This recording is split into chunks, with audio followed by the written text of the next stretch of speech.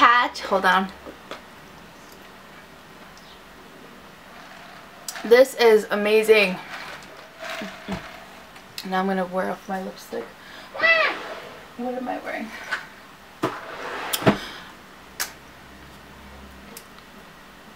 This is Ravishing Rose by Maybelline. It's part of that new nude or pink collection.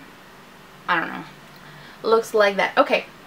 So it's a beautiful day here today, and I wanted to just go ahead and film a couple of videos for you guys.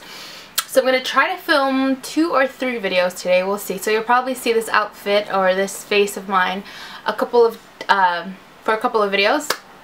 But I just wanted to take advantage that I have time and there's sun and it's pretty. So yeah, let's just go ahead and get started. Okay, so this video is going to be my top 5 foundations at the moment. I say at the moment because, you know, we change our opinions often, but these are the 5 that I'm absolutely loving right now and I wanted to share with you. So the first one that I really love, and this is probably a no-brainer for me, I featured this in my yearly favorites for last year, and it's the Naked Skin foundation. Still love it. I am pretty much out of it. My bottle is pretty much destroyed because I am, you know, butterfingers, and I dropped it. So I'm wearing it right now. I love it. I love how light it is. I haven't used it in a couple of weeks, and I used it again. I used it today for the first time in a couple of weeks. Absolutely love it. I love that it's a natural finish. I haven't set it. I didn't set it today, but I just really think it's a natural finish, medium coverage. It's buildable. I feel like it lets your skin shine through it, and I just really enjoy that. So definitely always going to be a favorite, Urban Decay Naked Skin. The color that I wear is 4.0. And they have a really good selection of colors. So it's definitely a foundation that you can find your color in. The next up, I have this little guy here, and it's actually not that little. It's the same amount of foundation that's in this, so it's just a smaller packaging. And this is the Shiseido Sheer and Perfect foundation. Another great foundation for everyday wear, for daytime. It provides coverage where you need it. Well, for me, I have mostly redness, as you guys know, like right here on my cheeks. This covers it up, and it also just makes my skin look really perfect. But it still, again, lets my skin breathe, and it lets my little freckles shine through. So I really like it. I think it's definitely a daytime foundation. I wouldn't necessarily use this for nighttime because it doesn't give you the flawless look that we look for in a full coverage foundation. So, but I still think it's an awesome foundation for the daytime. And the color that I have in this, is Natural Fair Beige, and it looks like that. Oh, and I do have a review, so I'll link that for you down below, but it's a really great one too. Next up is from the drugstore, and this definitely has to be one of my favorite foundations ever, and that's Revlon Colorstay. And I pulled these 2 out and counted it as one because they're pretty much the same you know, name. Revlon Colorstay. This is the liquid foundation, and this one is in combination to oily skin. So this definitely gives me all day coverage, and it just stays put on my face. When I know that I'm going to have to be outside all day and I want my makeup to look perfect, whether it's for, I don't know, a wedding or something, I'll bust this out, and as you can see, I'm kind of out of it, almost out of it.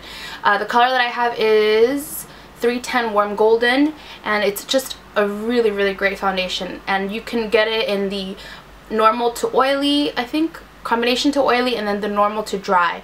And I'm thinking about getting the normal to dry because my skin isn't as oily as it used to be, so I might want to give that a go. But definitely still a great foundation.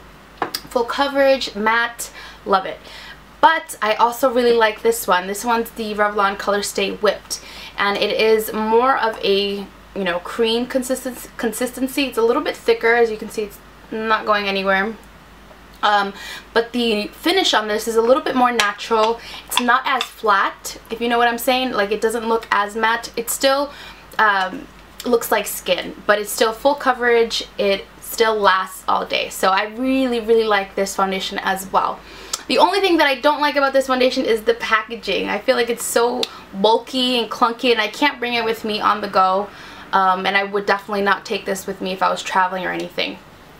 But either way, I really think it's a great foundation, and if you're looking for one from the drugstore, you cannot go wrong with these two. Nars Sheer Glow. Love, love, love this foundation. I discovered it this year and have absolutely loved it ever since I got it. It's one of those foundations that I tend to look for when my skin is looking dull, when I feel like my skin just needs to look a little bit more brighter. This is the one that I'll reach for. It just gives, I think I would say medium coverage, but it leaves your skin looking really healthy, glowy, and not glowy in the sense that it looks glittery or anything. It just looks radiant, and absolutely love, love, love. And I have a review on this one as well, so I'll link that down below for you too, but definitely a good one as well. Next is this one, and I lost the cap, but this is the Makeup Forever HD foundation. And it's funny because I pulled all these foundations out and I'm almost out of all of them, so that's how I know that I really like these. So this is the Makeup Forever HD foundation. The color that I have is in 123. This is just an, it's a standard good foundation. This has medium to full coverage if you build it up. But it's great for pictures. It's great for not everyday wear, because I feel like it can be a little bit heavy on the skin. But when you're taking pictures or, for something formal, you definitely want something a little bit more on the fuller or heavier side, because flash photography can drown you out a lot, and I always think that this always makes me look good in pictures.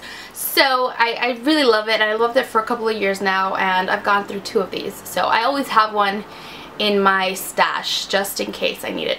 But for everyday wear, I would not use this. Definitely not. I don't think it's lightweight enough, and I think sometimes it makes me break out. I'm not too sure because I haven't been able to wear it consistently, but for what it is, for what I use it for, I really, really love it. And again, HD foundation from Makeup Forever. Love it. And the last foundation that I want to talk about is one that I have just recently added to my, makeup collection. But I really, really have enjoyed it, and that's the CoverGirl Ready Set Gorgeous Fresh Complexion. This is such a gem at the drugstore, I feel. It's not that expensive. I think it's even less than the Revlon Colorstay, but this is just a really good foundation for every day, I would say. It's not heavy, it doesn't look so matte, it still gives you that fresh, awake look, but it gives you good coverage too. The color that I have is in medium beige, and CoverGirl for me has always been hit or miss when it comes to their color selection.